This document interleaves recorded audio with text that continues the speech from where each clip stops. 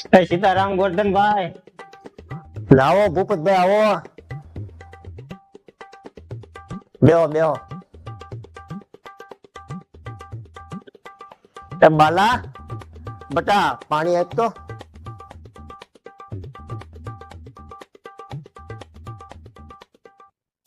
બોલો ભૂપતભાઈ બોલો, કેમ જ આ બાજુ ગુલાબ પીડ્યા? હા જવાન ગોરધનભાઈ, એક રહોડાનું કામ તમને આપવાનું છે એટલે આવ્યો છો.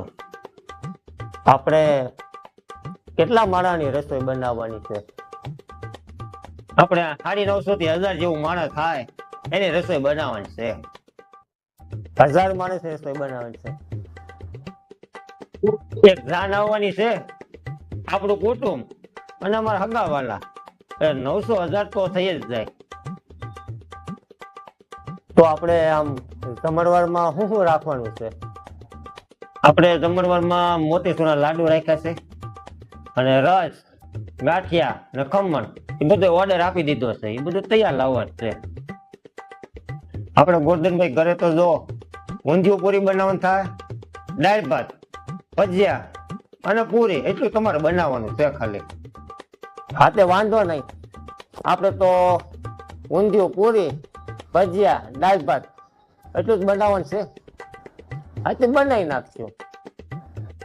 હા તમે લિસ્ટ આપો એટલે પછી એનું લેવાની ખબર પડે એમ.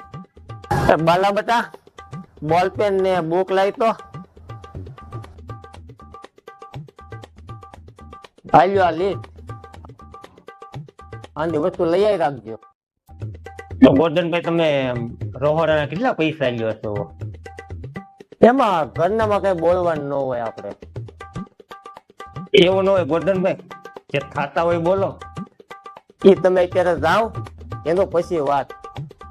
સારું હાલો ગોરધનભાઈ, હું જાઉં, મારે જે નોતરાવાનું કહેવા જવાનું છે, બધે જઈ આવું, બધે કહેવાનું બાકી છે. સીતારામ તો બીજું હું. હા તે સારું, સીતારામ.